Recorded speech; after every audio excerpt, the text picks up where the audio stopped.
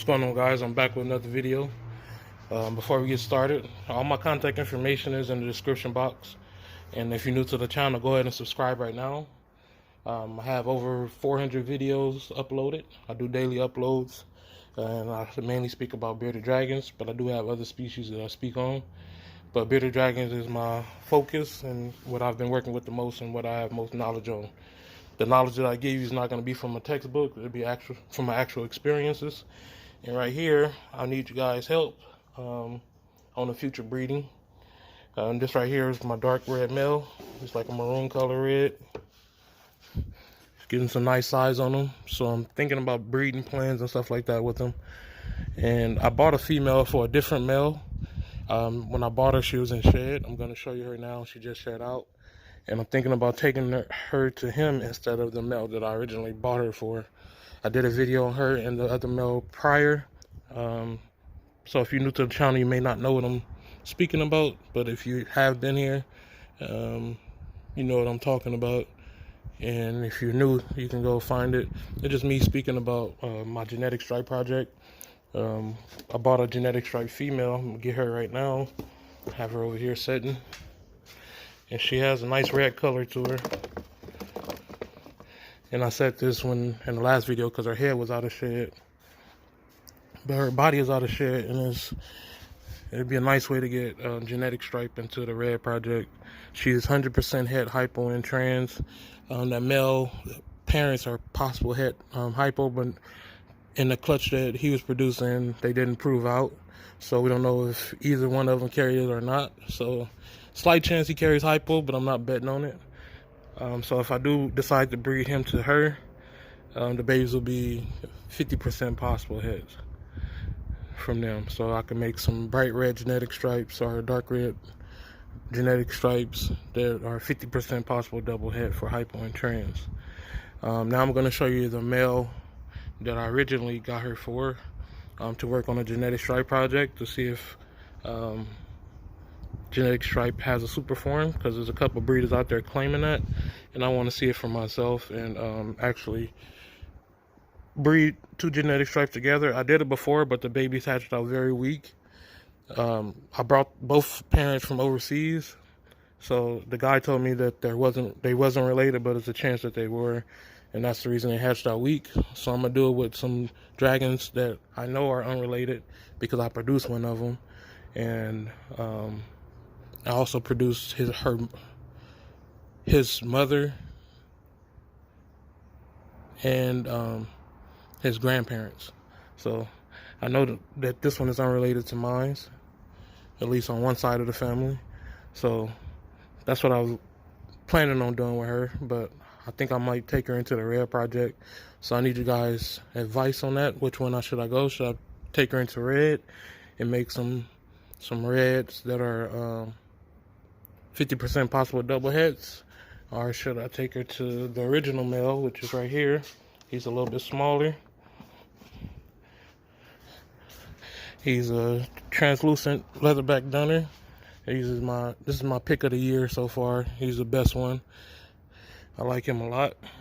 If you guys have been here for a while, you know I like him for a lot. He's starting to go into the shed, so he's not showing his true colors. But I put a picture here so you guys can see what he looks like. And he's at his peak.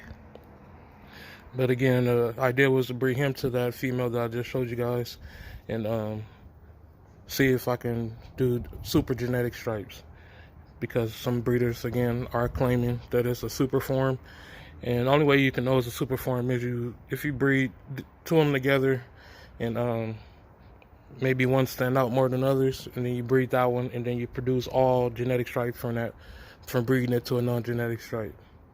And that's how you know if it's a super or not. So that's what I plan on doing. But her shedding and having that good color, she's a good starting point to take my super red male into. So I just wanted to get you guys' opinion on which way I should go with it.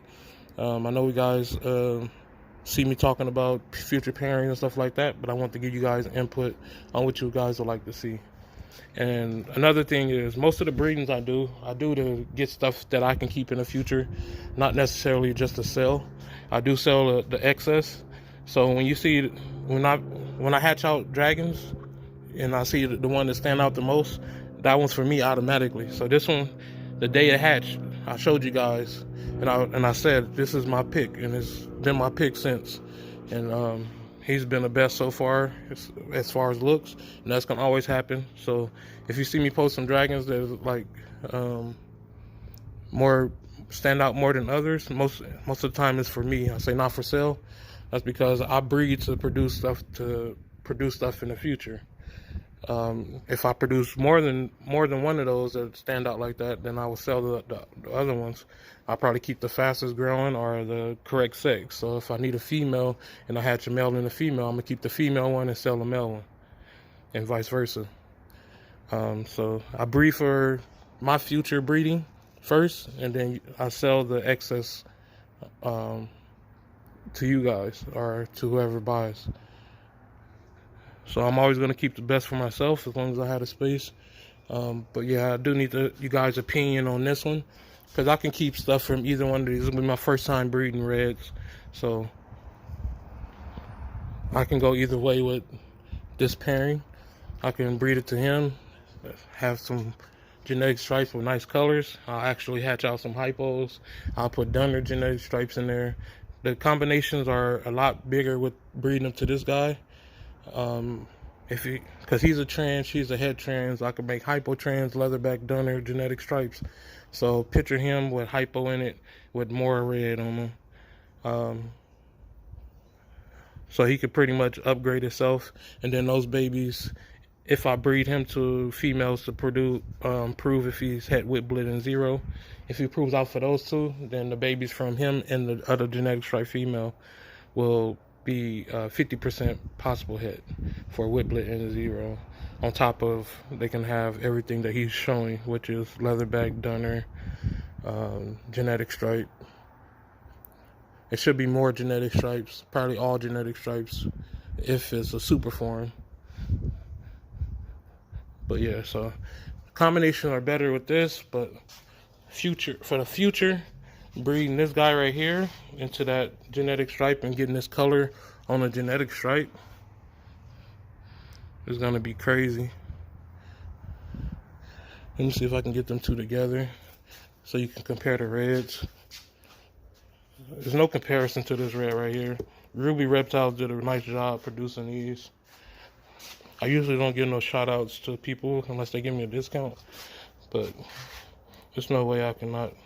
You can actually tell their reds from everybody else's. Like her, she look orange compared to him, but she's actually a red. So should I pair these two and make some, hopefully some reds his color that are genetic stripe, and they're gonna be 50% possible double het? I can use those babies in the future to breed to some of the stuff that I'm holding back. Or should I breed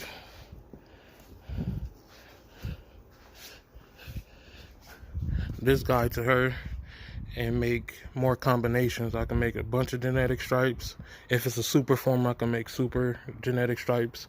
I can make leatherback Dunner genetic stripes. I can make hypo trans leatherback genetic stripes, and possibly, if he proves out Whitblit and zero, I can make hypo trans leatherback Dunner genetic stripes that are 50% possible het for Whitblit and zero. So 2 ways to go. Need you guys input on which pairing I should do. This way I make a bunch of different varieties in a clutch. Those ones, it's going to be reds and genetic stripes with some possible hets. But it's a stepping stone for future breeding projects if I do it either way. But yeah, just want you guys input on which way I should go. This male just shed, so I'm going to show him off a little bit more. You can see a little bit of shed still hanging on, but he's picking up size. Probably gonna buy an adult female from somewhere soon, so I can just get him started.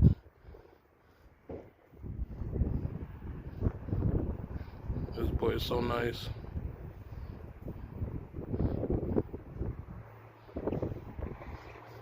But yeah, I'm gonna go ahead and end the video here. Comment down below which male I should use.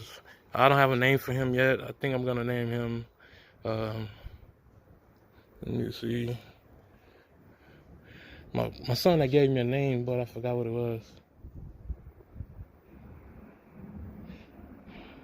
But he was naming a different red one. I still don't have a name for him. You guys can comment down names for him as well, and also which male I should take to that female.